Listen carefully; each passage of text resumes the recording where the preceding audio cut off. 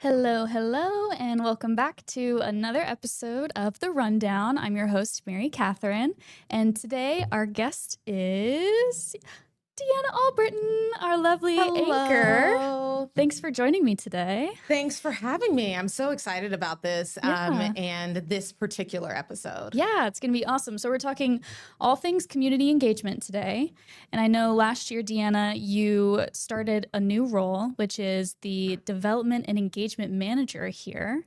So could you break down what that means for us? Because I have to do that all the time. Yeah. I think that because my role is just brand new, like nobody had attempted anything like this here or really in other places. I actually talked with other anchors who were in hybrid roles across the country. And there were a lot of them that might have done one piece of my role, which is reporter development and working one-on-one with MMJs and our journalists in the room and developing young journalists. And then there were people who did the other half, which is the community engagement half, but nobody had done a hybrid. I felt like the hybrid role worked best for us because we had, in my mind, the way that we could amplify and improve community engagement was by better engaging the people in our own newsroom and developing the people in our own newsroom so that people felt incentivized to get engaged in our community and to show up for things and to come up with new ideas. And so it felt like they were kind of one and the same. There were two sides of the same coin. And so that's mainly what I do. I really focus on building better young journalists and getting the kind of guidance that I got once upon a time in my really tiny first market, but is not as often seen in a market the size of Richmond. So it's been a really tricky navigation at the start, but I really feel like I've hit a groove and I've been really happy with what we've been able to do both internally and externally. Yeah, awesome. So tell me a little bit about why it's important for a news station to be involved in its community. What does that look like? Why is it something that we want to be doing here? So there are a lot of reasons. I think the most important ones are, first, because it allows us to see what the needs are in our own communities. So if we are just sitting in this station and people aren't interacting with people outside of the station, if people are only friends with people inside the station, if we're not taking steps to get outside, to read to classrooms, to see what teachers are dealing with on a day-to-day basis, then we don't necessarily have the knowledge we need to know what issues are important to everyone. I think the other part of that, though, is that fundamentally, as journalists, we serve the public. And so if we aren't making as many contact points as possible, we're not doing our best job in serving the public and connecting with the viewers who trust us every day to bring them the latest news and weather.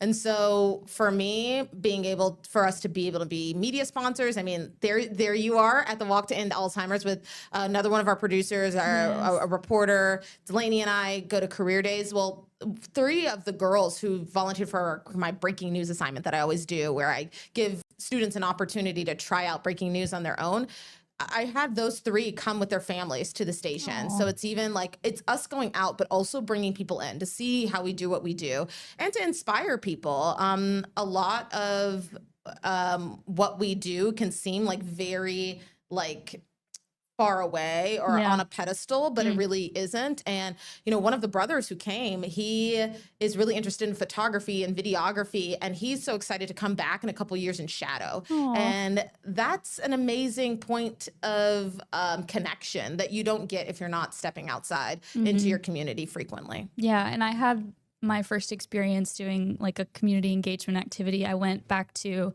an elementary school in Hopewell, where I'm from, and I did a career day. Big Hopewell gal, Big folks. Hopewell gal, yes, we love Hopewell. And it was so lovely, just the whole experience. I was so nervous because, one, I'm not in front of the camera ever, so I was wondering, will these students be interested in what I do? Because it's a lot of behind the scenes as a producer.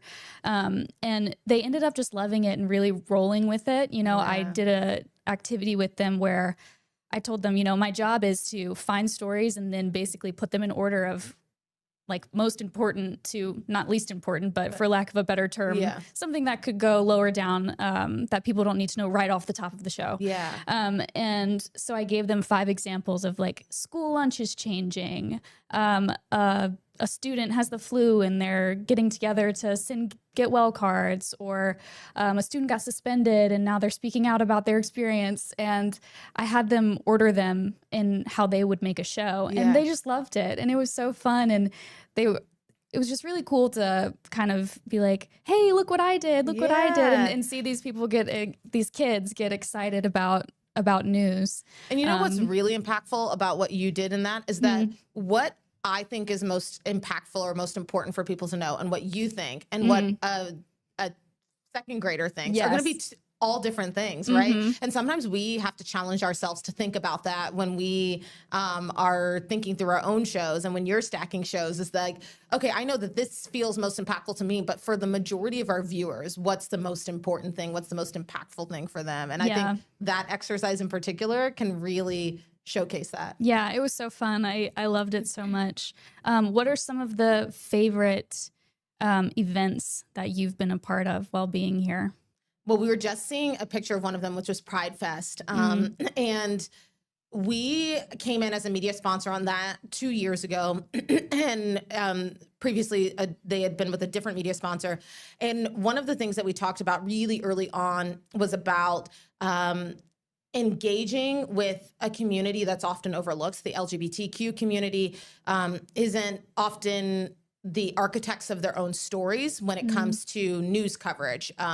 It ends up being about issues surrounding the community, but not about things that everyday members of the community are facing. And so what they were really looking for was a station that was willing to like get out in front and have ambassadors who were supportive of the community and wanted to look at what better covering that community could look like. And so the first year was kind of a, let's get boots on the ground. Let's be at the event.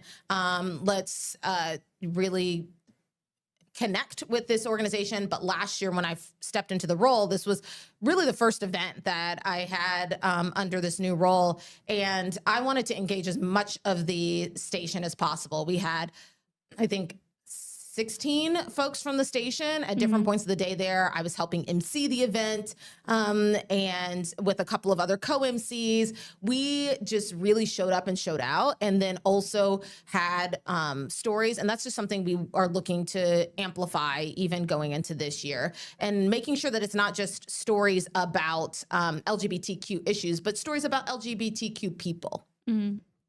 So I think that one's great. We've also been seeing stories, some pictures from the Alzheimer's walk that I mentioned before. That is one that's really near and dear to Eric and I's heart. We both have family members who have struggled with Alzheimer's and dementia and the complications that come with it. My aunt has dementia and was diagnosed fairly young at 60. And so it's what I've learned, though, from that community is how much support you can get from that particular social network, and how great a job that these Alzheimer's associations, these local chapters, do in connecting you with resources. So, for instance, our local chapter helped me connect with a chapter down in Birmingham, Alabama. That's where my aunt lives, to figure out tracking devices and the best tracking device that works for her and our family. And my mom just flew down there a few months ago to set everything up with the county sheriff's office there. That was made possible because of our Greater Richmond Alzheimer's Association giving me the tools and resources to help my family navigate through that process. And so being able to connect other people and share those stories, I think, is good. And this one is one of my new favorites. This was our inaugural Honoring Black History event that you just saw there. It was at Artworks. Lindsay West, our special projects producer, and I are actually in the midst of working through the plan for next year. We have a timeline. We're going to be meeting with Artworks again soon. But being able to take the journalism we do and take it out into the community and give people a way to access that, I think was something that we had thought about, and Lindsay and I had talked about in different ways, but she came to me with this idea in particular for honoring Black history, and we thought, this is it. This is the one that we want to start with. So it's something that we're really looking forward to bringing back next year and many years to come, that showcases the work of our photojournalists, but also the people making this history in our community, and the people impacted by the history that's already been made. So really the Black excited. History special was so awesome. I got chills when I watched it, when Lindsay got it all together. I love that. Just the stories that we did this year were so impactful. And going back to the Alzheimer's walk, that was actually the first community event that I was able to go to, because for so long I was working overnight. And so my weekends were very sacred to me, because it was like the time where I could actually sleep like a normal person. Yeah, understand. And not go to bed and be nocturnal at weird hours of the day. And one of the things that really sticks out to me about these events, even with the Black History event or the Fighting Fentanyl or the Alzheimer's Walk, is when we have these events in our shows, even when they're over, like we get to have these amazing conversations. We get to hear how you and Eric are impacted, or how Deanna and Autumn are in the morning, or how Matt gets involved. And it just creates really special moments also in the shows that I, as a producer behind the scenes, love about when we have these events that we get to cover and be a part of, and then just the aftermath of how it turns into a story, or how it turns into like a special moment we can share with viewers who maybe couldn't make it. Like that's one of my favorite aspects of our engagement, I think. Yeah, and I think sometimes in the day-to-day, we forget how impactful those moments can be. This year at the Alzheimer's Walk, there was someone who saw the chat between Eric and I talking about how dementia and Alzheimer's has impacted us. Eric's father, as he's spoken about before, passed and had an Alzheimer's diagnosis. That was a few years ago. She saw our conversation about how this has impacted our family, and she decided then to sign up and join our 8 News team, because we do have an 8 News team each year for the Alzheimer's Walk. I think we're going to be opening that up soon, so folks can sign up to join our team. She joined our team and showed up that next morning. And so I think sometimes we don't quite remember how many people are seeing our newscast when we do it, and the thousands of people who could be touched by the words that we say. And so being out in the community and hearing that directly from people is a really good reminder of that. Yeah. I think another one that I'm excited to get involved in this year that I haven't been involved in is like our Founders Day, which I know we're trying to like iron out the details, but it's a day where we celebrate our founding as Next Star. Yeah. Is that? Are you on the committee this year? I am on the committee this year. Yeah. I've been on the committee in previous years. That was the year that we did a few different projects. We had like a school gardening project. We had the Lit Limo. Which we like helped get thousands of dollars of renovations and upgrades that sadly burned in the bus garage fire. But our updates and upgrades helped them buy the next bus, because bus prices had climbed. But because we had done these upgrades, they were able to get another bus. And the Lit Limo still chugs along. We still have a really good partnership with them now and getting that schedule out. Where Lindsay and I are looking to partner with them on something this summer on a new project. So stay tuned for that. And that's in June, right? Founders Day? Yes, Founders Day is in June. Yeah. And so that is our chance. It's another chance for us to get out in the community and touch different lives, especially in ways that we don't always think of. And we get to make shows out of it too. Like we do live hits. I remember Eric, I guess it was 2 years ago now, or maybe last year at the food bank. And he had a shopping cart. He was like taking us through the food bank, like putting things in there, talking to people. And it was so fun. And I think it's just, I'm really excited to actually be a part of planning that this year and to get involved now that my hours are a little more normal and I can like go at noon and hang out and help. So the fun part about being part of the planning too is it really makes you keep an eye out for those causes in the future and how you can help amplify those voices, because one of our tenets as journalists is to give voice to the voiceless, and there are so many organizations that are doing really great work in our community that sometimes once we're able to partner with them, it's just like, oh, they've got this other thing going on and this other thing. And so that's a really cool experience that I hope you have kind of moving forward after Founders Day even ends. I know another big like special that we did this year was the Fighting Fentanyl special, and you were heavily involved in that. Could you talk a little bit about that, the planning behind it, and just the engagement we have with the community in that fight? So actually, funny enough, the very first weekend I was here after my parents had left, my dad had helped move me in, and he had left. And that first weekend, after my first week here, the To End the Stigmas, A Night for Scott event was happening. It was happening in May at the time because we were just coming out of COVID. People were just getting vaccinated. It's usually a February event. So I went to that event and I was blown away by how the community was showing up to end the stigma, literally, to spread awareness around the opioid epidemic. I know that you know this story from some other work that I've done and events that I've emceed. But growing up in Southern Ohio, I grew up in a space that was pretty early on impacted by the opioid epidemic. I lost classmates soon after graduation to opioids, and fentanyl has just done far more damage in a lot of places, but not necessarily where I grew up, because we were on the early end. The education and awareness and getting people to just be open in obituaries about why someone died, that they struggled with substance abuse disorder. I've seen how that can help a community overcome this crisis. And so I was really blown away by that. And we had already had a partnership with To End the Stigma, but what I've really worked to do over the last few years, and especially in the last year, is really expand that. And one of the ways that I did that is this past fall, our parent company, Nexstar, had a Fighting Fentanyl national special. And what I wanted to do was show how we were working to combat the epidemic here and what the impacts are. So I planned out a series of stories that show the kind of generational cycle, shows what recovery looks like, shows the impact on loved ones who are left behind, and also partnered with To End the Stigma and our creative services team to put out a PSA about what work they do in the community and the impact they're doing. And so it had tentacles across, like, both internally, externally, and it was a really great way to show people how the epidemic is impacting our community, but also how many people are in the fight. And it also encouraged a lot of people to share their story. We asked people to send in their own videos of loved ones they've lost and what the epidemic has done to them. And for a lot of people, this was their first time publicly speaking about this and this loss. And so it really showed the power of that. It's something we want to continue this year on our own in the fall. And it comes right before To End the Stigma has their Fairways for Scott event, which is a golf tournament that helps raise money as well. So for companies that are looking to sponsor, or companies and organizations that have things that could make good silent auction items or raffle items, that will help benefit that organization and its fundraiser. But then again, we're also here talking to our viewers about what the fentanyl epidemic looks like here.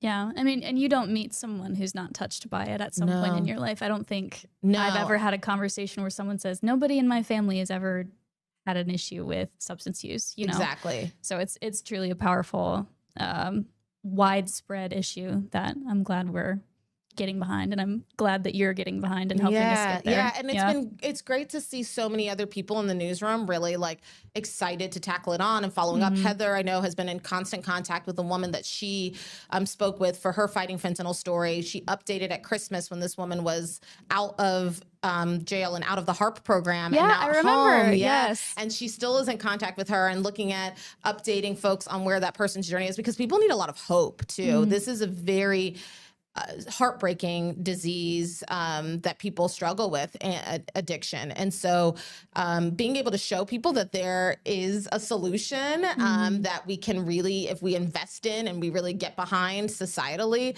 that can work for people is just so powerful. Yeah. I was looking at my notes and I was trying to write down all of the different things that we are a part of. And I can't believe I forgot my absolute favorite, which is, oh my gosh, and I'm forgetting the name. When we light up RVA Illuminates. Yes. I just saw a picture. I was like, oh my gosh, how did I forget that? Yeah. Walk me through RVA Illuminates. I'm always on the back end of it, so I'm filling in things as a producer. But to be out there in that energy, I know that is a beloved tradition in Richmond. What is that like, being a part of that? It is amazing. It's amazing. It is, even though last year was the coldest one we'd had. Oh my gosh, it was so cold. So cold. Yeah. And Eric and I try not to overstate how cold it is, because we do know we're sitting. We're the only people who don't move, basically, for 2.5 hours. And so, but it was cold this year. But that did not dampen the kind of just excitement and spirit. Were people coming out a little bit later than they normally would? Yes, but it was still packed. So many people were there for the lighting up of the city. And it's just such a fun show, because it's one of the only shows. I guess we did a little similarly for Flying Squirrels more recently. But for the longest time, it was our only field anchoring event. It was the only show that we did where we were out doing a show in the community where viewers could come by and say hi and wave in the background and kind of get into that spirit with us. And there are so many like holiday stories, Christmas lights going up. And I think one of the things that struck me being in my new role and being out there for RVA Illuminates is how much more we could do with that moving forward. So I'm really excited. I have a lot of ideas for that this year that hopefully we'll start talking about soon, because it's crazy. What people don't realize is how much planning in advance has to be done for these things. Yeah. So people start having conversations with the city months in advance about exactly what we're doing, even though it's already penciled in, right? We're already doing it. But then like the actual planning requires several meetings, requires people shooting stories ahead of time to put together that 2.5 hour block. And like, I've said this before, I'm a huge Hallmark movie fan. Yes. And so for me, doing the very first Illuminates just felt like I was in a Hallmark movie. I'm up there with the mayor, helping flip the switch to like light up the city. And I just love it. Everybody's seen, I'm a huge Christmas fanatic. I decorate like crazy. So it's just like that for me really is like the takeoff of the rest of the Christmas season. Yeah. And I don't think, or at least I feel like maybe just like having a community lighting might not seem like a way that we're getting engaged necessarily, like right off the bat, but it really is like such a time of like coming together that us just being out there and being able to, like you said, like talk to viewers and hear what they have to say, what they're enjoying about the Christmas season or the holiday season or whatever. It's just so special and it's so fun to watch. Even like, thank goodness we're in here and warm and not freezing our tails off like you guys. But just even to watch it, like, because we can still see you guys up live when viewers can't see you live. We can still see everything that's going on, and to see the laughter and the smiles and like people coming up and giving hugs. It's like, it's so magical. We're having so much fun. Like we're having maybe even more fun than comes across, honestly. Yeah, you gotta rein it in a little. Exactly. And this year we actually had a dedicated tent out there for like viewer engagement and to really talk with people. We're going to bring that back again this year in like a different way. But that gives us an opportunity for the folks who aren't anchoring at the time and aren't there with Eric and I, who are maybe doing live hits. Our morning team is usually out there interacting with people, for viewers to get a chance to sit and chat and talk with people. We've gotten story ideas out of these, like whenever we have the tent out. So yeah, I love that. And it's been really good. And also, Richmond Book Festival with the Lois Harrison Jones PTA. We've been out there every year for the past few years supporting their PTA and raising money to support the kind of literacy efforts that help students make gains in reading achievement. Also an opportunity to just meet viewers, right? Yeah. We've had viewers drive from an hour away just to come support the book festival and to meet with us. So it does show how powerful that relationship is between us and the viewer. Yeah. What do you think are some challenges that you faced trying to get involved in the community or trying to boost our involvement in the community? A lot of it is just time and resources, right? We don't have unlimited time. We don't have unlimited resources. Every time we take the tent out somewhere, that requires folks from our creative services team to set up, to break down, to be out there. And just like what fits best with the partnerships that we already have, right? Where are places that we can expand on the partnerships we already have? Where can we create new connections? I think the hardest part is that there's so much we want to do and we can't do it all. And I think in some ways we have challenged ourselves with finding ways to maybe spread out the wealth. We tend to do a lot of things in the back half of the year and figuring out what can we do earlier in the year too that still really supports the community and makes both our station and our viewers really feel that love all year round. So I would say those are the things that we're working on most right now, but honoring Black history and that event at Artworks is one example of how we're really getting out there and connecting with the community year round and not, we really were starting to be like, September through December, you could see 8 News everywhere. Right. So finding ways to bring that out. Flying Squirrels, we just did for the home opener. That was in April. So now we've had Squirrels in April. We've had the Honoring Black History event and gallery, which will be expanding next year so that people will be able to see it longer. I think the challenges we have are ones that I'm trying to like take on head on right now. Yeah. But yeah, the biggest things are how many people do we have who are engaged and want to participate in those things? Yeah. I guess the final question that I have is, is there like a dream event that you can see, and what would it look like? You have no barriers. You have unlimited budget. No barriers. What's the dream event for Deanna? I'm a bookworm. Yes. So my dream event is like the lit limo, but like on steroids. Yeah. It's like an 8 News live truck that's like going around to like give out free books everywhere, to like get people signed up, adults signed up for literacy classes. It's like a traveling tour around the DMA. So it wouldn't even be like a single event. It would be like an ongoing thing where we would just be able to, because literacy affects all aspects of someone's life, right? We determine the number of beds needed in prison by 3rd grade reading scores in this country. We determine a lot about what people's job prospects will likely be based on early age literacy scores, but it's not immovable, right? Richmond Public Schools even has shown such gains in reading scores, and they affect everything downstream. We've seen a couple of examples in other communities where they have gone all in on literacy, both for children and adults, in a way that has just absolutely moved the needle. So if there was a way that we could be really involved in helping make that happen in our community, I would just absolutely love that. Maybe I can find a smaller scale version or way to do that. We'll see. But I love the idea. Yeah, I love that too. I'm a bookworm at heart too. So. Yeah. We're members of the 8 News Book Club. Of the 8 News we'll Book see Club. each other this weekend. Yes, we will, to talk about that crazy book we just read. Yes.